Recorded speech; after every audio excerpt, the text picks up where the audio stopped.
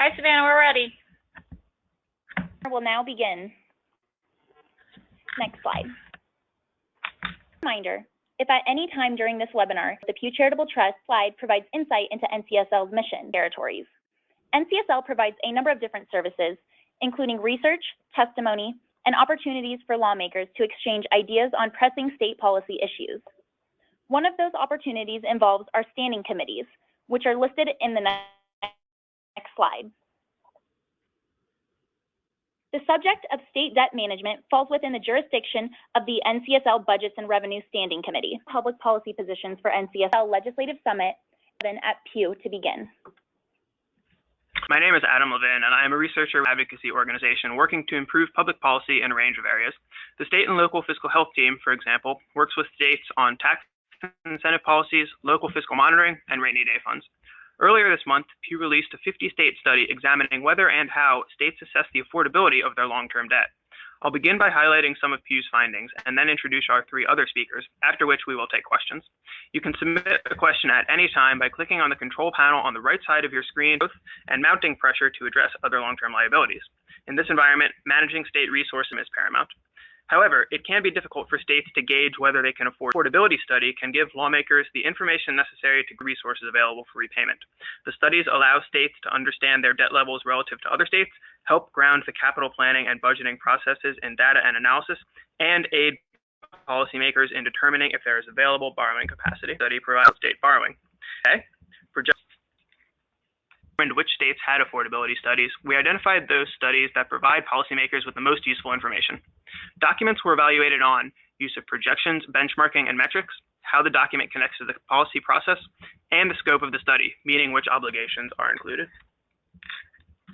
Pew found that 27, Texas, and Virginia, leading group. I also want to note that Hawaii began producing a debt affordability study after we had completed data collection for this research, so it is not included here. Oklahoma also passed legislation signed into law on May 16th of this year, implementing a debt affordability. The state is colored blue on this map as these policy changes took place after our research period. Based on Pew's review of debt affordability analysts, Pew developed a set of recommendations for states that want to start producing an affordability study or improve current practice. First, studies. Commonly used statistics include debt service to revenues, debt per capita, and debt to state personal income. Each of these measures tells you something different about the state's debt. For example, while debt service to revenues looks at the budgetary impact of borrowing, the other metrics look at debt relative to a measure of the tax base. Pew recommends that states conduct meaningful benchmarking analyses that allow officials to compare their debt levels to those in other states or to national averages. States should select the comparison group carefully because there are important differences in how states borrow that impact debt levels. For example, in some states, local governments take on a greater share of total debt, while in others, the state borrows for local projects like schools and water systems. Accounting for such factors can lead to a well-targeted group of comparison states. Projections are integral to a debt affordability study. The assessments should be forward-looking documents that allow policymakers to plan for a fiscally sound future. Studies should project several figures: outstanding debt and the cost to service it, estimated future bond issuances, and the state's debt capacity over multiple years. The strongest projections include multiple scenarios with differing assumptions about debt issuance, borrowing costs, and revenue. This allows states to see how much capacity may be available if these variables differ from current forecast. Falls in fiscal year 18, planning for uncertainty is crucially important. States should employ a broad scope and consider the breadth of publicly supported debt within their borders. They should also develop a process for measuring debt issued by independent authorities, local governments, and other entities that are legally separate from, but closely tied to, the state. States should consider how from there, states must distinguish between obligations modeled in debt capacity calculations and those simply reported. States should also include a discussion of other long-term liabilities, such as public pensions and retiree health care. They represent competing claims on future state funds and should be considered along with debt when evaluating future capacity. Our last set of recommendations relates to connecting findings from debt affordability studies to policymaking. The first key step is mandating that the state produce a debt affordability study. The requirement should establish both a clear purpose for the study and the scope of debt to be evaluated. Spelling out the appropriate timetable also ensures the data, analysis, and recommendations are available at the right time in the budgeting process. Second, states should ensure that they pick the appropriate author for the study. This means considering factors including capacity and the entity best positioned to produce objective, unbiased analysis. Among states that produce debt affordability studies, authors include state treasurers, executive branch budget agencies, comptrollers and controllers, and independent committees and commissions. Any of these options can prove a good choice, depending on a state's history and circumstances. Finally, the best studies include a clear statement of remaining debt capacity. This is usually presented as a dollar figure for the remaining debt that the state can issue while keeping debt levels affordable. Getting such a statement can help guide policymakers' decisions and establish parameters to manage the capital budgeting process. By including all these adequate to collect, evaluate, and monitor its debt liabilities. Lawmakers can then use these studies to inform decisions about state borrowing, striking a balance between borrowing funds necessary to support critical infrastructure and other state priorities. Income that can be tailored to address state. Two things appear likely.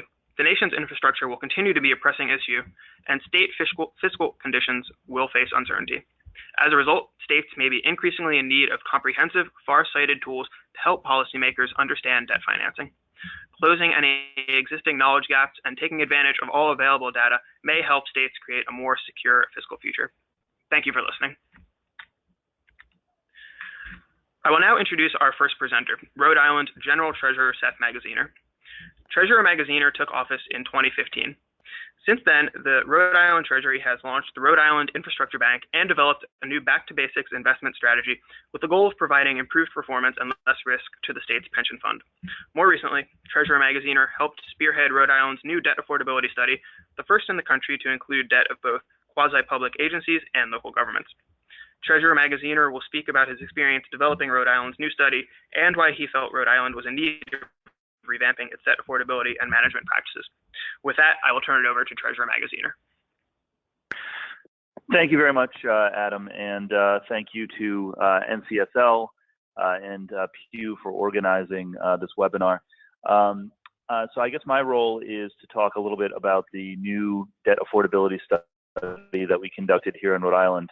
I'll say right at the outset that this study would not have been possible without help from some of our thought partners, including the folks at Pew, who are a very useful sounding board and resource. The support of my colleagues in government here in Rhode Island. You'll hear from Senator Dan DuPont in a minute. Senator DuPont has been a real leader on issues of liability management and debt affordability in Rhode Island for many years. And without his support and the support of his colleagues, we would not have had the funding and the resources to conduct this study. And I also want to recognize our own staff here in the Rhode Island Treasury who put in just to set the stage here, and I'll move on to the next slide, or if whoever is in charge of the slides could do. There we go. Running to the 1999 format and the 1999 suggested should be. So the legislation that we worked on with Senator DuPont and others last year mandated for the first time in Rhode Island that a debt affordability study be conducted no less than every 2 years. So this is our first one in 18 years, but now going forward, we'll be doing it every 2 years. And one of the things that we're very proud of is that the legislation requires that the study include affordability not only for the state itself and the general obligation debt and revenue debt of the state, but also of all of the quasi-public agencies, municipalities, and regional issuers in the entire state of Rhode Island. So across the state of Rhode Island, we have about 150 entities that are authorized to issue public debt of one form or another. And so to our knowledge, this is the first attempt to conduct an affordability study that is comprehensive to the point of including every single issuer. The point being that, states differ in terms of which authorities are kept at the state level, which ones are regional or municipal. And we feel that to really get a full study of what the cost is to the taxpayers, you have to have as complete and as comprehensive a picture as possible. And that also will make it easier when we're making comparisons to peer states to try to have a holistic view. So moving on to the next slide. The study has 3 parts. In part 1, we look at debt that's paid for directly out of the state's budget. Part 2 looked at statewide quasi-public agencies. So like many states, we have a statewide housing authority, a statewide student lending authority, the infrastructure bank that was mentioned earlier. And then part 3 focused on the municipalities and the regional authorities, which are at the local level as well. And we got we were not very far into the process when we began having the traditional bonded debt in isolation. It doesn't really tell you very much, particularly at the municipal level in Rhode Island. There are some municipalities where their levels of quote unquote traditional debt, are fairly low, but their pension liabilities and some of their other liabilities are very high. And so looking just at traditional bonded debt in isolation doesn't tell you very much. Whether a municipality or a state should be issuing less debt or more debt, or is at the right level, you have to look at the other liabilities to really make that judgment. So we made the decision that this study, the targets that we set for the state and the quasi-public agencies and the municipalities for how much borrowing they should do, should be targets that, when possible, integrate pension liabilities as well, because at the end of the day, it's really the combined liability burden that matters most, as opposed to just looking at one or another in isolation. So moving on, we'll start by looking at, well, actually, I'll just say, when we put this presentation or this report together, there were a lot of things that we looked at. We looked at and trying to figure out what the right kinds of targets are for different issuers. We looked at peer states. What do peer states use in their affordability studies? We spent a lot of time trying to unpack and understand the types of formulas that the ratings agencies use when they are judging the liability burden of different issuers. We looked at bond indentures of the various issuing entities because we wanted to make sure that we weren't recommending anything that would be a violation of those indentures. The current levels of debt were, what the levels of debt were now, and how the entities, if they were imposing limits on themselves, how they measured those and how they thought about them. And then we spent some time on pension data and looked at that in, I think, kind of a cool and unique way, which I'll talk about in just a minute. So moving on to show you some of the results. This is an example of part 1, which was just the state's direct liabilities, so the impact to the state budget. One of the types of ratios that we settled on that was most common and most similar to what the ratings agencies were using is debt service plus pension required contribution as a % of revenue. So how much are states, including Rhode Island, spending on debt service plus funding their pension systems relative to the amount of revenue that the state was taking in, basically, a % of the state budget. What I think is cool about this is we worked with the Boston Center College for Retirement Research to normalize the pension costs. So when you're comparing pension liabilities across states, one of the issues, there's a few issues that you run into. One is there are some states that are not making their full pension contributions. So just because they're choosing not to make 100% of their ARC payment, you don't necessarily want to reflect only what they're putting in, because you would basically be rewarding that bad behavior when you were comparing the liability burdens across states.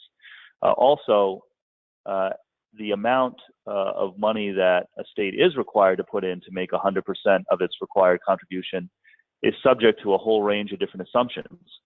So if there's a state that has a very high investment return assumption, that state would have to put in less money in its required contribution than a state that had a more conservative investment return assumption. So you have to kind of normalize for that and take that into account. Another thing that you have to take into account is amortization periods. If there's a state that has a 20-year schedule for paying off its unfunded liability for the pension, that's going to look very different than a state that has a 40-year schedule. And so if you're really trying to figure out where any individual state stands relative to all the others, you have to normalize these factors. Otherwise, you could have some states that are actually in much better shape than others but don't look like it because they're using a more conservative set of assumptions and policies. Or vice versa, you could have some states that look pretty good on paper but are actually in worse shape than it appears because they have very permissive policies and assumptions.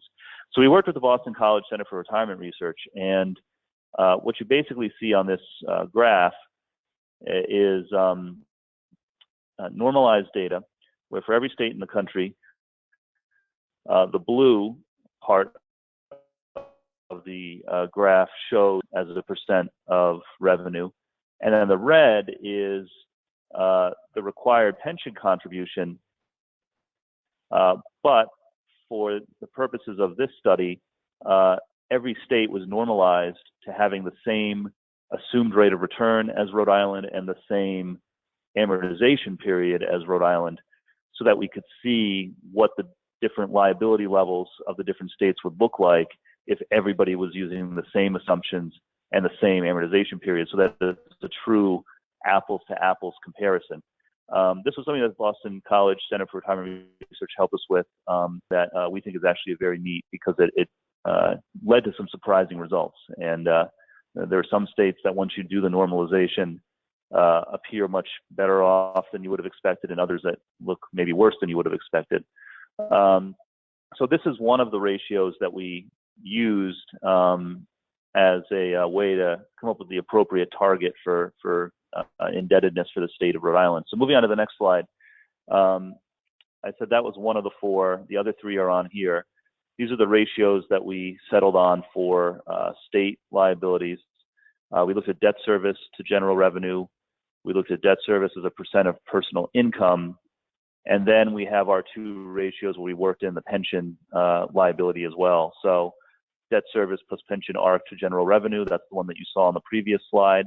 And then we also did a similar calculation as a percent of income. I'll say we debated a lot whether to keep the first two ratios at all or to just use the ones with pensions. And we felt that because we weren't aware of other state debt affordability studies that were using pension liabilities as part of their targets, it might have been a little too big a step to just go to the pension ratios and completely drop the more traditional debt ratios. So we did both. And then here you see the current levels of where Rhode Island falls, and then the recommended targets in our report. And again, these targets were arrived at by looking at what a peer states do, by looking at the rating agency guidance, and what ratios would be most likely to lead to Rhode Island possibly receiving an upgrade without an upgrade to our rating without sacrificing important investments in infrastructure. So we tried to strike that balance, and these are the levels that we ended up with. I know I'm running over, so I'll run through the last few slides quickly. Moving on to the next one. Part two was quasi-public agencies. This slide is just a summary of the statewide quasi-public agencies in Rhode Island, who they are, which affordability targets we set for each of them, and then where they are currently. The process for each of these is similar to the process for the state level. So moving on to the next slide, we basically for each one of the quasi-public agencies looked at a list of peers. We looked at whether or not there was rating agency guidance on the appropriate level of indebtedness. Criteria were less clear. This is in Bridge Authority. You can see we looked at some of the relevant ratings agency criteria. We looked at some of the peer agencies that from other states around the country, and these are some of the factors that we used to come up with our recommendation for the Rhode Island Turnpike and Bridge Authority of a target debt service coverage level of at least 1.7 times annual toll revenue. Moving on to the next slide. The final part of the report is municipalities, as in the others, looking at rating agency guidance in particular. You know, municipalities in any state, including Rhode Island, you're going to have a wide range. You know, some that are doing very well and some that are probably way out over their skis in terms of the amount of liability that they have. And generally what we did when we came up with the targets for municipalities is we said, okay, based on our understanding of the rating agency scoring methodologies, what level of indebtedness would you expect for a municipality that was at least A rated, at least single A or equivalent? And that was kind of the benchmark that we said, you know, that's really what most municipalities should try to be at a minimum. And that is how we came up with these target levels. Again, same as in part one, the state that we also had some ratios that were your traditional debt-only ratios, and then we had some target ratios that integrated pension liability. And the last thing I'd say on municipalities, how to handle overlap. So, for example, there are some municipalities where pretty much all of the debt and pension liability is right on the municipal balance sheet, and it's very simple. There are others where the municipality may not run its own water system or fire district balance sheet, and you know, we would get, because that's something that's not really in our control. But where we generally landed was what we're trying to get at here is the overall level of affordability for the taxpayer. So if there is a municipality that has an overlapping jurisdiction with a school district or a water district or a fire district, we're still in 3 out of 4 of these ratios, we're just going to show all of it. Because at the end of the day, if what we're trying to get at is what's the ability of the underlying population to afford these liabilities, you have to show all of it. And as I move on to the second to last slide here, so the next slide, this is an example. This is one of the 4 municipal ratios that we settled on. This is overall debt plus pension liability relative to property value. Property value, because in Rhode Island, that's the primary source of revenue for municipalities, is a property tax. Here, we show everything. We show the municipalities and their direct liabilities, and we also show the overlapping districts and the pension liabilities.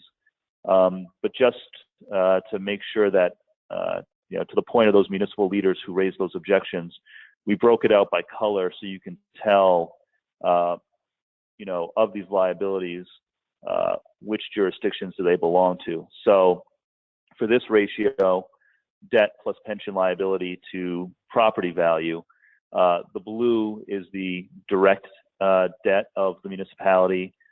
The green is enterprise debt. So these are your, you know, revenue bonds for sewer infrastructure, for example. The red would be overlapping general obligation debt. So this might be like a fire district that has bonding authority. And then the orange is the municipal pension liabilities. So we're showing the full liability burden, regardless, you know, the totals across all of the jurisdictions for each community. But then we're also breaking out those jurisdictions in the different colors so that, you know, these mayors and council members can go back to their communities and see, well, you know, yes, we're above our target, but it's not all our fault. Also, you have to look at, you know, what your fire district is doing or your sewer district as well, so that, you know, it's kind of clear who's responsible for what. There are only 39 cities and towns in Rhode Island, so though this was a time-consuming process, this was also something that was manageable, and that was an example of our small size in Rhode Island being, I think, an advantage for us. So we were able to include all 39 cities and towns. And again, as I'm sure would be the case in most states around the country, some very wide dispersions between communities that have extremely low liabilities and then some that are extremely high, really by any standard. And again, the target for this particular one of overall debt plus pension liability should be no more than 6.3% of property value, primarily derived from guidance from the ratings agencies. So to the last slide, looking ahead, we're very proud of what we've been able to accomplish with this report. We do have a report that includes almost every single issuer of public debt in Rhode Island. The first time that there's been a study of any kind in Rhode Island in nearly 2 decades. We also are proud of the fact that we were able to integrate pension liabilities into some of these affordability ratios. But we're already looking ahead and thinking about the next iteration of this report, which is going to come out in 2019, and how we can do better. The big issue, and the one that I think is going to be discussed a lot here as we prepare for the 2019 study, is OPEB liabilities, primarily healthcare liabilities. We did not include OPEB in the first iteration of this report, primarily because we hadn't quite been able to figure out how to account for the fact that it's very difficult to have a good estimate of the true size of an OPEB liability. You know what your traditional bonded debt liability is to a very strong degree of certainty. Pension liabilities have some assumptions baked into them, but particularly on the liability side, those assumptions are easier to estimate. OPEB, there's just a much more margin of error in trying to understand the true size of your OPEB liabilities. So we weren't able to quite figure out how to do it in a way that we felt confident in. But we are going to spend some time thinking about it going into 2019 and think about whether we might be able to do that next time. So we still have more work ahead of us, but we feel good about where we are. Again, this would not have been possible without the support of our partners in government, especially Senator DuPont, who I know you're going to hear from in a minute. I'll also give a special shout out to the folks at Public Resources Advisory Group, PRAG, who is our financial advisor, who put in a lot of hours into helping us with this report as well. And I don't know if any of them are on the call, but if they are, we're very grateful for their help, as well as the help of Pew and Boston College and all of our other thought partners. So with that, I think I've already gone on longer than I intended to, but I'll turn it over to the next speakers, and thank you. Thank you, Treasurer Magaziner. Our next presenter is Rhode Island State Senator Daniel DuPont. Senator DuPont has been a member of the Rhode Island Senate since 1999. As a member of the Senate Committee on Finance, he has worked on budget negotiations and a variety of fiscal policy matters, including serving as an architect of recent personal and corporate income tax reform plans, and as a key participant in the passage of the Rhode Island Retirement Security Act. Senator DuPont will give his legislators' perspective on why debt affordability and management are important issues for Rhode Island. With that, I'm pleased to introduce Senator DuPont. Thank you very much, and thanks to Pew and to NCSL for all the great work that you do. And thank you also for asking me to participate in this webinar. A special thanks to Treasurer Magaziner, who I've had the pleasure of working with, and a special thank you for the amount of time and effort that he personally, as well as his office and partners, as he mentioned, put into this effort. From, I guess, where I'm kind of can come from is the alarm bells really started to go off in 2009. At the time, there was a change in Senate leadership, and I ended up becoming the chair of the Senate Finance Committee. And, in part because of the significant budget deficit that came to the state as a result of just a complete fall off in revenues, which then also impacted the municipalities. The alarm bells started to go off specifically around locally administered pension plans. And at the time, the Senate leadership decided that we were going to have a Senate study commission to look at municipal pension plans. And so we established a commission, and at the time, the folks at Pew as well were very helpful in helping gather data, but also establishing, and for comparative purposes, some of the different metrics. And what we found was that there was a significant difference between municipalities who participated in who participated in the state pension system, subset being the municipal employees retirement system, and those that have their own locally administered pension plans. And just to kind of give you an idea, and this comes from the report at the time, which is available on the Senate Fiscal Office, Rhode Island Senate Fiscal Office website, the report's there. But as of the time that we embarked upon this study, the state municipal retirement system had a funding ratio of 92.8%. The municipal non-state administered plans had a funding ratio of 42.8%. And as part of that, we also at the time looked at the OPEB problem. And at the time, it was estimated that there was $2.4 billion in unfunded OPEB liabilities. And municipalities and various communities had less than 1% of the resources set aside to satisfy future OPEB liabilities. As the treasurer, I think, mentioned then and now, it was difficult and still is difficult to try to get, a true number associated with OPEB.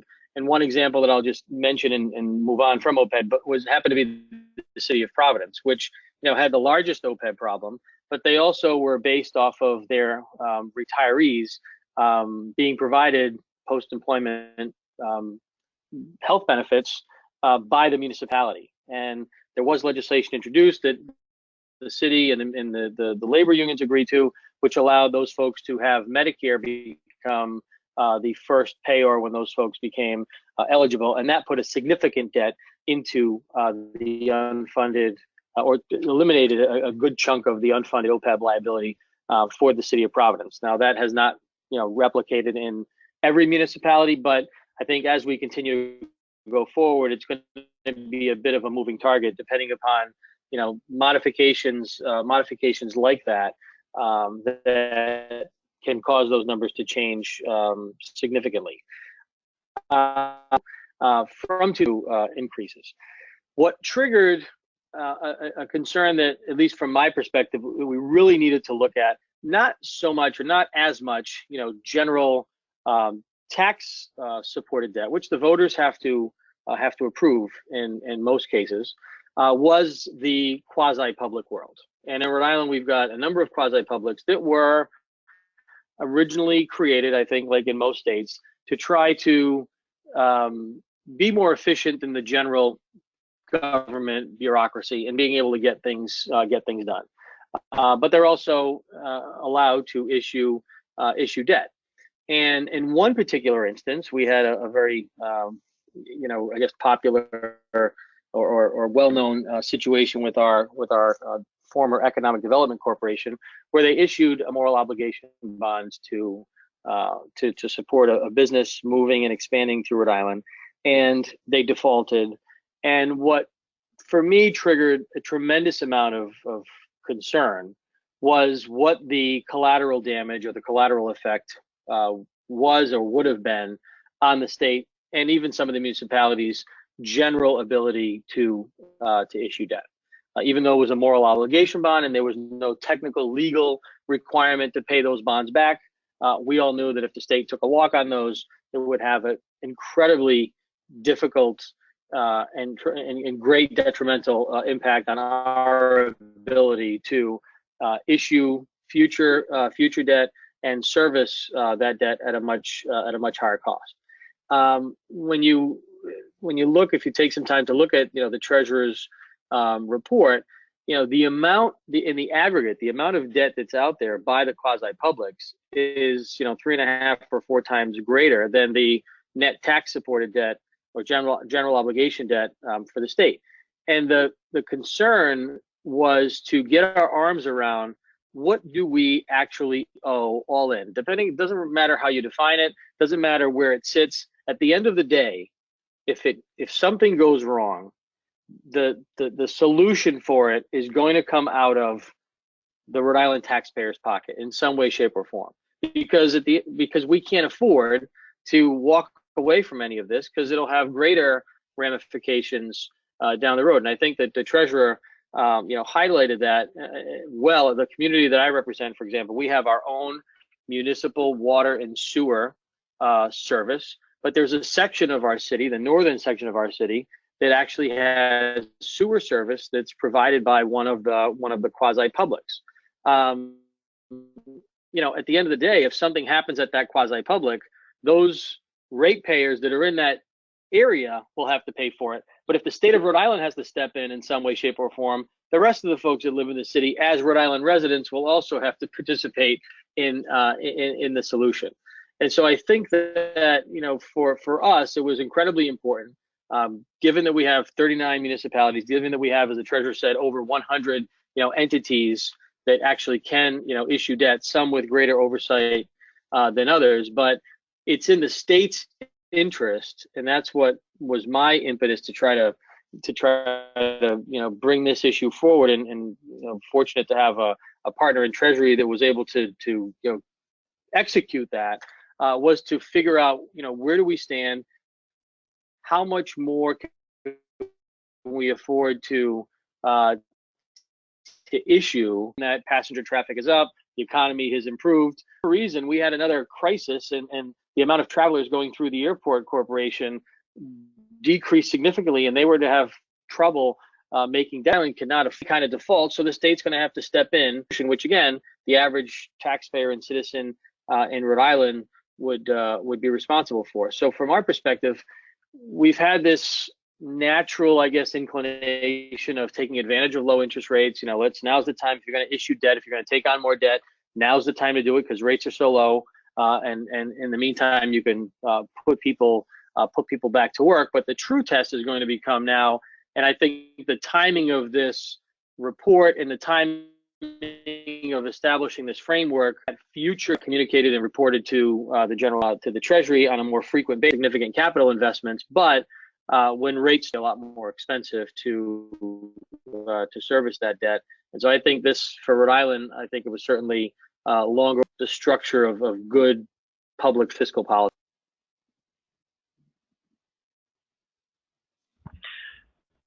Thanks very much, Senator DuPont. We will now hear from Anthony Salmons. Anthony is negotiating the state budget with the Speaker of the House, and he has worked on budgets for multiple state agencies and served as staff attorney for the Business, Commerce, and Tourism Committee. Anthony will talk about what led Oklahoma to developing a debt affordability study and how the state hopes to use the study. Pew worked with Oklahoma to write and advance legislation signed in May 2017, creating a new debt affordability study for the state.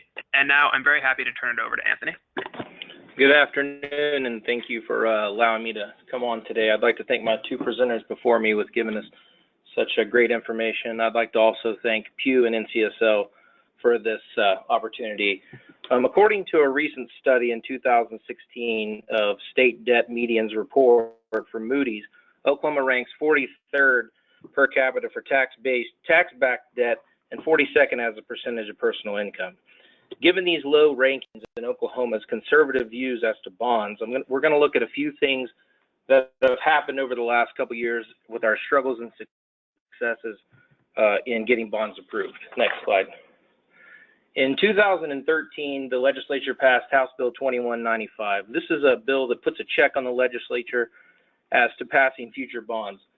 House Bill 2195 requires that debt service payments cannot exceed 5% of the 5-year average of the General Revenue Fund. In 2016, total net payments were 3.25% of appropriations. It takes votes of both houses of 2/3 to exceed this limit. And if at any time general revenue declines, as in the previous years, debt service is calculated above the 5%, the state shall not incur any debt.